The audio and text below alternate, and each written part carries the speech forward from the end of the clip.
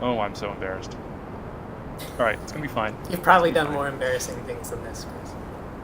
It's true. In It's fact, really true. we've known each other so long, I know for a fact you've done more embarrassing things than this. And changing the subject. Welcome back to our third video from Chris and Brett Go to Jool. This is our Phase 2 launch. There's the propulsion system for Spaceball 2 up at the top of this launcher. And we have to wait till Spaceball 2 is overhead to make the rendezvous as easily as possible. While I do that, Brett, you want to give us an update? Sure. Hello, everyone. Yeah, Chris and I have had some sad tales of YouTubing here. iMovie ate our first video, which was a bummer. Fortunately, it was nearly done, and we had exported it, so it wasn't too bad to get back. We also tried what we're doing right now, and Chris's computer ran out of space and ate that recording. It's been tough, but we're resilient for you, viewers. It's all about you. 3 to 1 liftoff! Too much talking, Brett. Too much talking. Sorry about that. You're supposed to get mad at me and say something funny. Oh, well, okay. Next time you interrupt me, I'll smack you down. Yeah, you can see our Werner engines making little... I guess those are clouds of condensation. Is that what that's supposed to be? Little corrections. Yeah, something like But that. as we know, Brett, the physics engine of Kerbal Space Program is completely accurate all the time, so this is really worth explaining. Well, it's people who play Kerbal are generally interested in space technology and might want to know. So, if you've been through high school chemistry, you know the good old equation PV equals nRT, which Chris knows and loves because his major is in chemistry. The only reason I'm not groaning at you speaking formulas into the microphone right now, Brett, is because it's chemistry, and I have to admit I like chemistry a little bit. Hey, look, if you're watching this video, you're probably at least a little bit nerdy, which is good. So, follow with us. My only point is if your pressure goes down, then your temperature goes down, which could result in condensation, like you're saying before. Yeah, and you can see in this view rather prominently, there's a bizarre set of engines pointing the wrong way at the top. We put those there because we needed some space to attach the launch vehicle. But when we're done with it, we'll take those engines and put them back on the bottom just to give a little more power to Spaceball 2. Because, Chris, you may remember this. When we did our testing, it takes a long time to get Spaceball 2 out of Kerbal orbit. It's like 30 minutes or something like that. Oh, it was... I think we did some math, and the whole orbit is about 30 minutes to make an orbit. And we were worried about, well, if we have to burn for 30 minutes and it takes 30 minutes to make an orbit, then we're just going to go in a circle and not get anywhere. I think we have to burn for 10 minutes or slightly less than. All right, we got successful separation of the second stage of radial tanks. And now this is where it gets touchy because this is the extremely under-thrusted part of the rocket. We've got one of those big clusters at the bottom powering this whole massive thing, which is still carrying a boatload of fuel. Yeah, I'm falling, and it doesn't look like I'm going to be able to bring this out. How did we get this to work before? Now twice now we haven't been able to. I swear, we didn't know if it could be done, and I did it once in testing, and somehow we just can't manage a repeat performance. All right, so let me do this before I start falling too fast here. Oh. Wait, you weren't at full Oh my throttle. god. Oh my god. Kill me now. that's that's That's the unfortunate. worst. I tried. Um, oh my god. I tried to separate from the radials gently, and so I put it down to 0 and then pressed shift, and I never brought it all the way back up. Can't believe I did that. Oh well. Well, so now people can see what we were talking about. This is what we had to do the first time we tried this as well. I mean, the only reason this is bad is that we're burning off fuel that we need for Spaceball 2 itself. Um, so I'd like to plug another YouTube channel really quick. It's called Smarter Every Day, and the guy who runs it just started doing a long series on space. And one of the recent episodes was exactly how astronauts coming up in the Soyuz spacecraft dock with the ISS. And they go in all the details of exactly what levels of orbits they use and what they use them for, and how they do their approach. And it's really cool. Oh, that sounds cool. Yeah, we'll put a link to that in the comments for you guys. Or I guess I should say the description. Well, so even though we're doing this very stupidly, that is a pretty cool looking spacecraft right now. Stupid and cool looking. It's a good combination for Kerbal. Oh, guys, if you think this is stupid, wait until the next video when we do a completely ridiculous thing just for the sake of fun. Yeah, we have actually developed several plans that are clearly better, except we're still going to do the stupid one. Yeah, it's just way more fun. So stay tuned for that. Kerbal has decided you are in orbit now. Okay. It's a little bit funny, but at this point we need to worry about rendezvousing with Spaceball 2. So now let's check where it is. That's not too bad.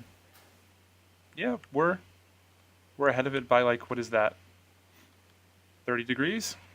Something like that. Something? All right, now we get to do the fine work of an orbital rendezvous. Which I don't know about you, Chris, but the first time I tried that, I think you said this before, I was just convinced it was impossible. It was so difficult. But eventually, you kind of learn what you need to do. Yeah. So one of the first things I'm going to do is fix my inclination. Because we're in similar enough orbits that I'm not going to get too much farther ahead or too much farther behind at this point. So there's not a big urgency to get things right immediately. And our eventual approach is going to be a lot better if we're on exactly the same plane and not tilted. So the best place to do that here is here at the descending node. This is where our very slightly off-plane orbits cross. And I'm going to bring mine up a little bit until I see that angle difference come down to 0. Difference of 0.2, difference of 0.0. Great. So while we were just blabbing along, Chris actually executed his first burn. So that should mean that the orbits are in exactly the same plane now. The descending node here, you can see, is very small, negative 0.1. It's as close as I care to get it. So now our major concern is allowing Spaceball 2 to catch up with us, which means we need to get to a higher altitude, a higher orbit. Our orbital velocity, our radial velocity, both of them, will be smaller, and Spaceball 2 will catch up. So these two red sort of split arrowheads show when they come together, that means that we will intersect nearby. So right now that's telling me our separation will be 1.7 kilometers if I do this correctly. Was it in the lost video that I mentioned reading Tom Wolfe? Yes, that is in our lost video, for sure. Okay, well, I'll bring it back up again because it's really cool. He discusses the beginning of the Mercury program and how everyone in it, they were Air Force test pilots and fighter pilots. And when they heard that in the Mercury program they would just sort of be sitting in the capsule and not actually flying anything, they didn't want to do it. They were like, that's lame. Space is lame. We'd rather be flying fighter jets. I think maybe that was Uh, not the correct opinion. All right, zero point 0.6. Everyone's got to love that. That should be decent. Okay.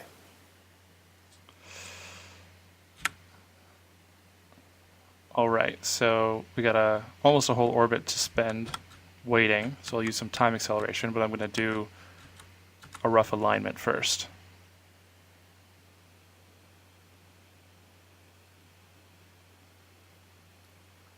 Oh, and although this thing has tons of available charge, I'm going to do some solar panels just for effect.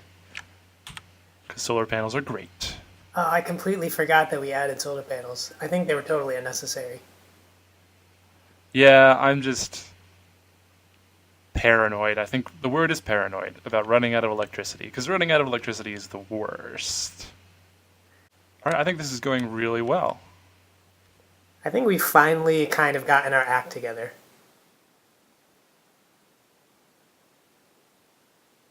Okay, I'm at half a meter per second. Shall I bring it to like 50 meters? Yeah, I think 50 meters is probably good. Half a meter seconds could take a long time. But I guess Oh, not I if you am speed it up. by accident. Yeah, by accident, I am sliding in the right direction. No, we totally meant to do that. We're just that good. And here's phase one. We just switched over to, and you can see phase two floating by ominously. This is really awesome. I feel like this is why Kerbal is such a cool game. It's such a hassle to get everything to work, which is, kind of a nice challenge. But then when you actually have these moments, it's neat.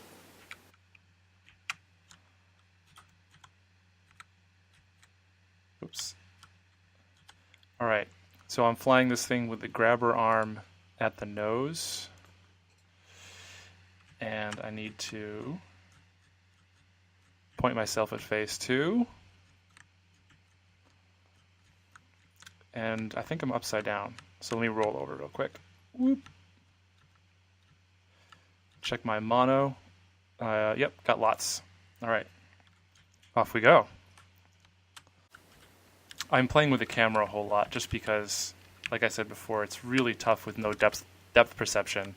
In any given perspective, you have no information about one of your distances. I think you're doing a pretty good job of it. Looks like you're going to kind of come right on in there.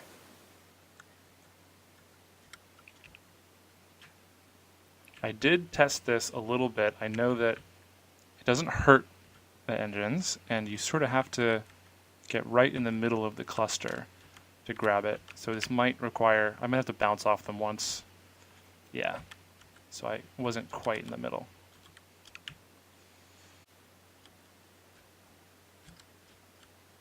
There we go. Yay! That's it.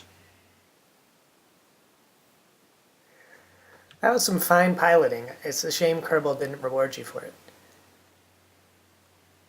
All right, so, yep, now I'm going to detach this, and away we go.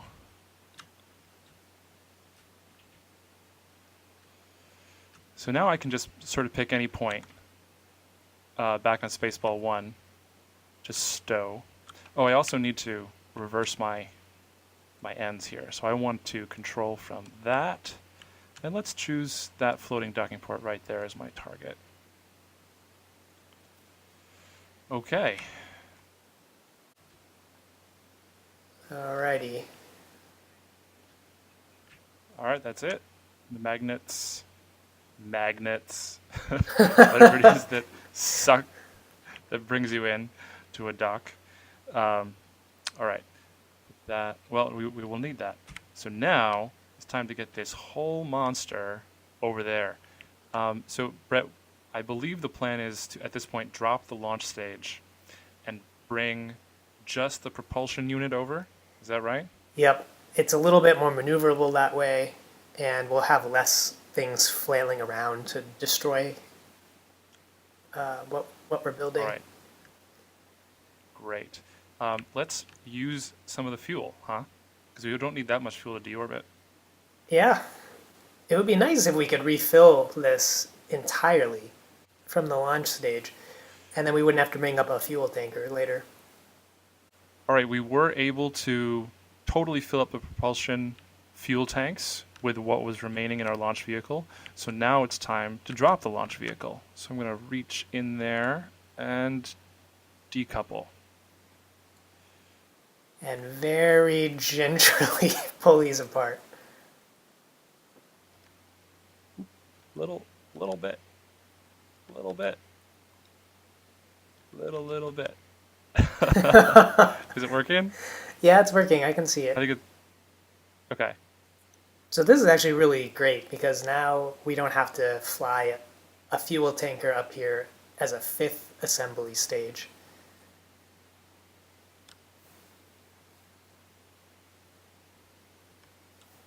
All right, this is too slow for me. Go faster. There. All right.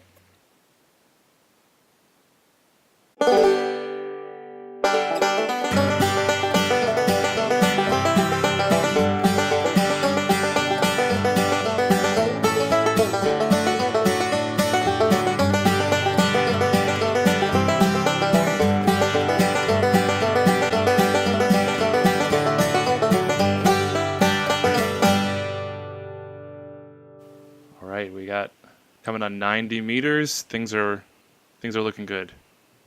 Yeah, we are I'm tantalizingly gonna be really close. happy when this finally happens. It kind of took an annoying amount of time to get set up. I'm not really sure that we were that efficient, but in any case, we're within spitting distance now.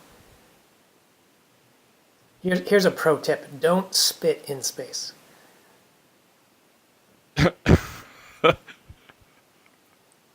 Especially if you have lead spit. Then you go flying backwards. Well, yeah, I was thinking either you don't have a helmet on, which is a problem, or you do have a helmet on, in which case you're just going to splatter your visor.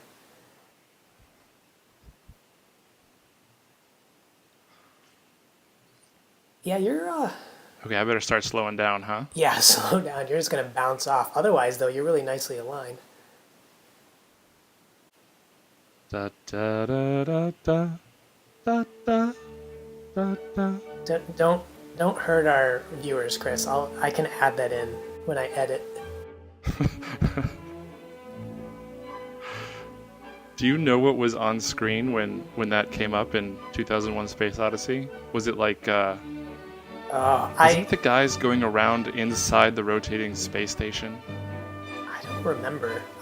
My initial memory was that it was when the Pan Am space plane was floating toward the space station, but that could be totally wrong. I'm going so slow right now that I have to use time acceleration to get anywhere. Oh, actually, I've stopped altogether. Okay, wait. We need to go faster than 0. Yeah. Connect. Connect. Do it. Do it. Do it. Yay! Oh. That was excruciating.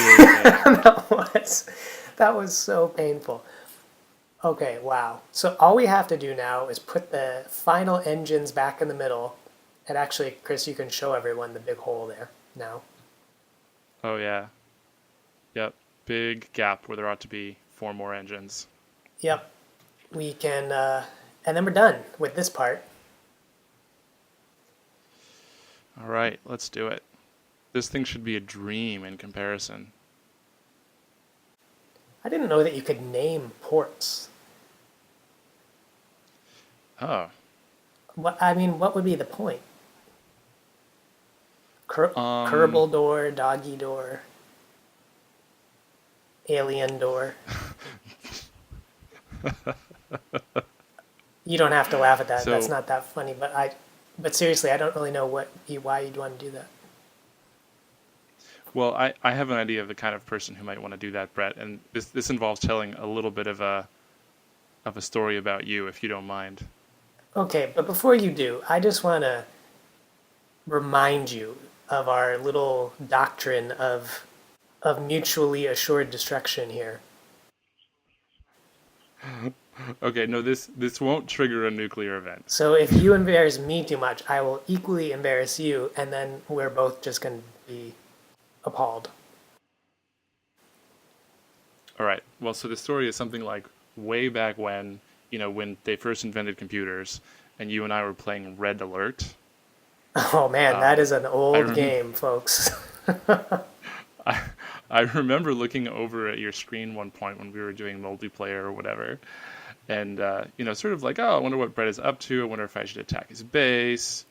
And you were busy taking all of your tanks and lining them up in a nice little orderly, like marching formation.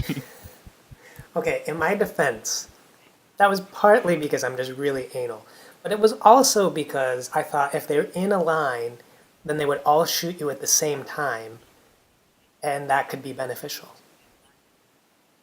Uh, and see, in the meantime, I was just building more tanks. So Well, I will say I this. think we know who won that Chris one. is much better at real-time strategy games than I am. That's actually one of the reasons I like Kerbal, is that I don't have to worry about someone coming to kill me in like 5 seconds. I can kill myself by my own bad designs in 5 seconds. All right, so now I sort of have to thread this needle. You're actually aligned pretty well if you can get yourself moving faster than zero point 0.1 meters per second. Oh, picky, picky. What is that, 0.3? Yeah, this probably is not so bad, Chris. I bet if you looked at this from the side, you'd be kind of sliding right in there.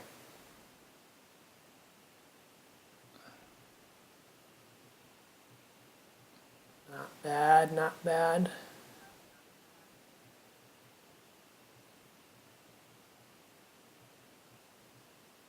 If you actually do this without bonking into anything first, which I would totally do, I'll be very impressed. Well, prepare to be impressed. I think you're about to do it.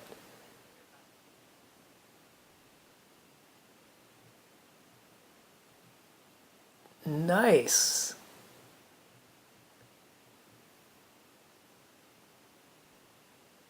I think the magnets will take care of the rest. That was Yes. that was finely done. Well, here it is. Spaceball 2, phases 1 and 2. I guess it's 50% complete. All right. Well, thanks for watching, everyone. See you again next time, and make sure you subscribe. And what else should they do? Oh, yeah, comment. Yeah, let us know what you think in the comments, and we'll see you next time. Bye.